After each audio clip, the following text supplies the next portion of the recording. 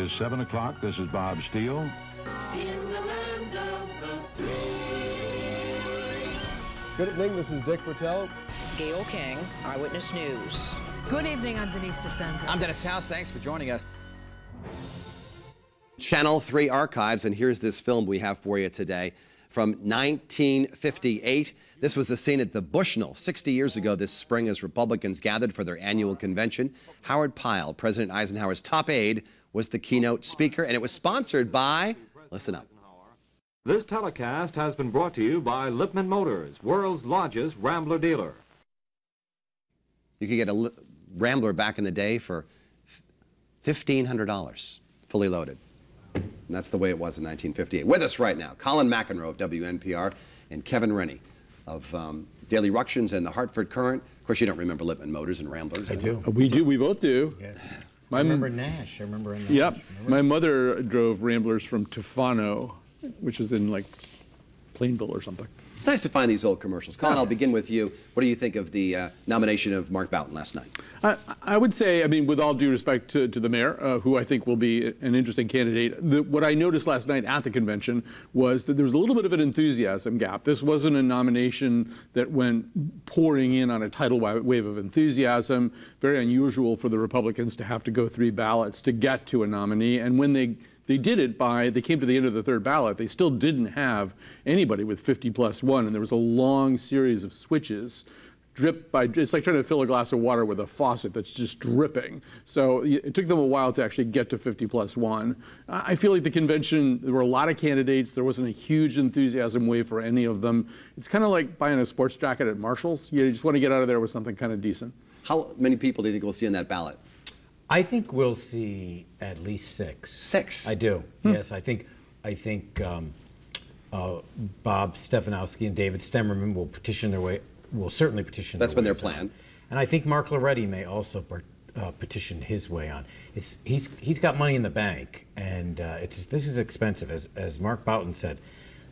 This petition process. Look, Connecticut's laws are not welcoming to people who want to get on the ballot, and the petitioning process is excruciating. It's especially hard for Republicans because you have to get about 10,000 to be sure that you have enough. And there's not a critical mass of Republicans who you can find. You've got to go knocking on doors, and then you have to find them at home. It's hard. I helped someone locally collect some signatures a few years ago, and I could not believe how much work it was. How does Boughton fare in a 6-way race?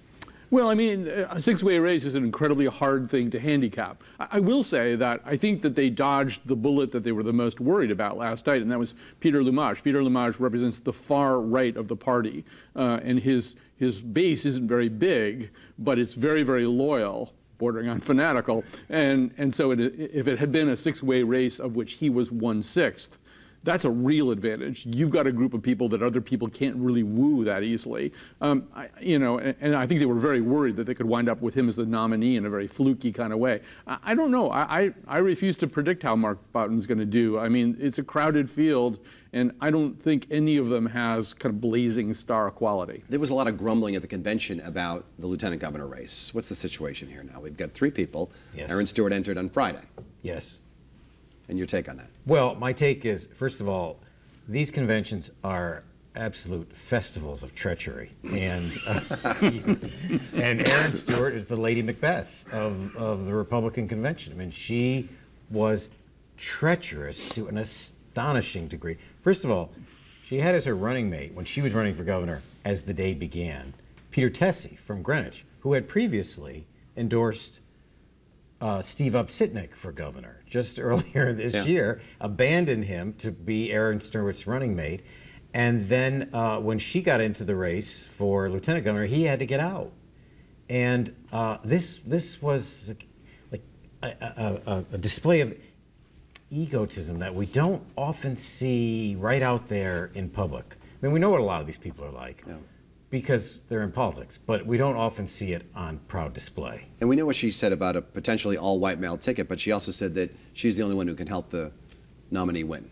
Yeah, first of all, I think it was a bad day for her yesterday in particular. I mean, she's she was being talked about as gubernatorial timber, and then suddenly dropped down to the LG line, and then didn't really do that well. I mean, obviously Markley won on the first ballot. She pulled, what, 26%, something like that. That's not a good sign either. On the other hand, conventions are conventions. Primaries are primaries. What happens out there with a much larger electorate, may be very, very different. I wouldn't necessarily say that Joe Markley has an easy path through this primary. It's going to be very hard for these lower ticket people to break through if there's a 5 or 6 way Republican gubernatorial primary. There's only so much space that people can allot to paying attention to these races. Media coverage and so on. Oh yeah. I mean, and they don't normally get much attention anyway. But when you have a crowded field, when you have 3 candidates for lieutenant governor trying to compete with 6 candidates for governor, plus the Democrats. Plus an AG primary, a treasurer primary, 5th district primary, probably. Right. I think that on a hot day in August. Yes. So they're really going to have to struggle to recruit some troops and make calls, knock on doors, and get people out. Do you think Greenberg's going to primary for comptroller? I don't know. He seems to not mind a primary, and so he's familiar with them. He seems to like to run. Yeah. He's never won, but he likes to run. Let's preview next week a little bit. What do you think is going to happen? We have Lamont, Bicewicz, Ganim, Connolly, Guy Smith. What the Democrats, to the extent they have any kind of organized leadership at all, would like is looking over at this Republican field, which is scattered and dispersed and support isn't coalescing anywhere. They'd love to be able to walk out of the convention with Ned Lamont, the one and only candidate, and no primary. The person who most likely to stand in the way of that is Susan Bicewicz.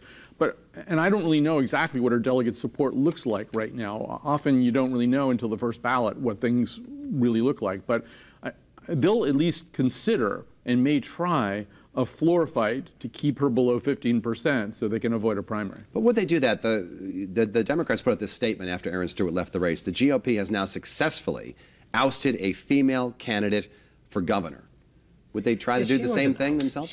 First of all, she wasn't ousted. Her campaign was a shambles. We're talking about Stewart now. But if they're going to try to oust Bicewicz, isn't that... Well, I think it's up to the delegates. First of all, it's very hard to corral a large portion of 2,000 local political activists, and there aren't really any political bosses in Connecticut, maybe in a couple of the cities, but this is grinding one-to-one persuasion of delegates. Yeah. Susan Bicewicz is in her 8th statewide campaign. She knows how to do it, and she also knows how to make a mess of it. So whether or not she does whatever one she does in this race, we'll find out next Saturday. But this is the lesson of Steve Obsitnik.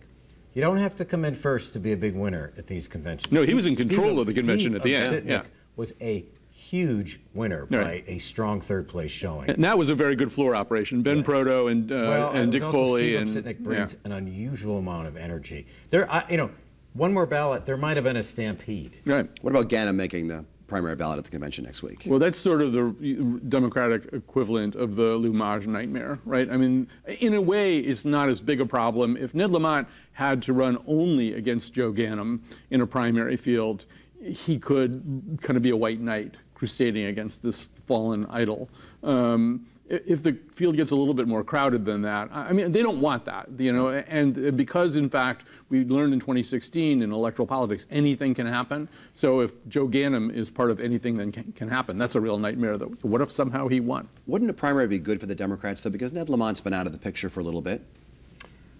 These primaries can take unexpected turns. They can get very rough, really nasty. An outside Republican independent expenditure group could decide to pour in a couple of $1 million on behalf of Joe Ganim to cause trouble, like it happens in plenty of other states. Yeah. Oh, sure. Happen. Who do we hear for running mates? There are no lieutenant governor candidates in the Democratic Party. I heard an interesting name last night that she's on a short list of Ned Lamont, and that is... Can I guess? Yeah, who is it? Oh, no, you guess. Yes. Gwendolyn. Yes, that's the one I heard. She is the city council president in Hartford. What do you think of that? Yes. I've heard only good things, but you tend to only hear good things at this stage, and then you start hearing all the bad things once they become a candidate. But how do you pass over the mayor of the city for the city council president? He was a terrible candidate.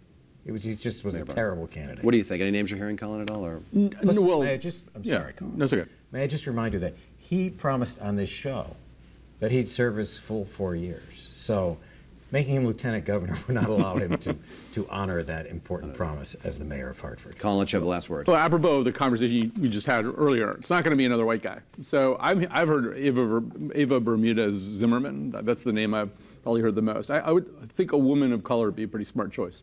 Good enough. All right. Colin McEnroe and Kevin Rennie. By the way, we ran out of time, but briefly in 30 seconds, a quick 10-second thought about Eunice Rourke. I know it's difficult. Lovely lady we lost this week, Lieutenant Governor. Somebody that I was lucky enough to know for her post-political life. And yeah, maybe brought a kind of class that we don't always see on these convention weekends. We have your interview with me about her online, by the way. So, and Kevin Rennie. A woman of uninterrupted kindness. Good enough. Kevin Rennie, Colin McEnroe. Best of luck in this summer covering all this great stuff that's happening. Thanks for watching this special live edition of Face the State. Our next news is tonight with Kevin Hogan. I'll see you tomorrow. Bye-bye.